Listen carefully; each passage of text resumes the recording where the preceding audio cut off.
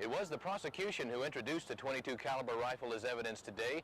This after the jury heard testimony that Diane Downs had freely given her written and verbal permission to have her home searched for evidence. Shortly afterward, Lane County Deputy Sheriff Wayne Tracy took the stand.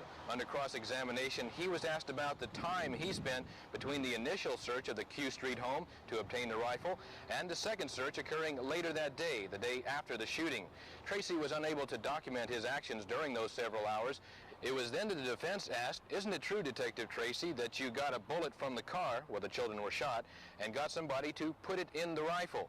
Tracy replied, "That's a lie." Downs' defense noted that 2 of the 8 rounds submitted as evidence were of a different type than the majority of the bullets. Also introduced as evidence today several items of blood-stained clothes, items taken from the hospital gurneys where the children were put after the shooting. One by one, the items, more than a dozen, were displayed to the jury by Deputy Sheriff Roy Pond. Some of the blood-soaked items brought audible gasps from the spectators in the courtroom. A somber Downs did not look at any of the evidence, choosing instead to train her eyes on the yellow notepad in front of her. Also testifying today, Stephen Downs, Diane Downs' ex-husband and father of most of her children.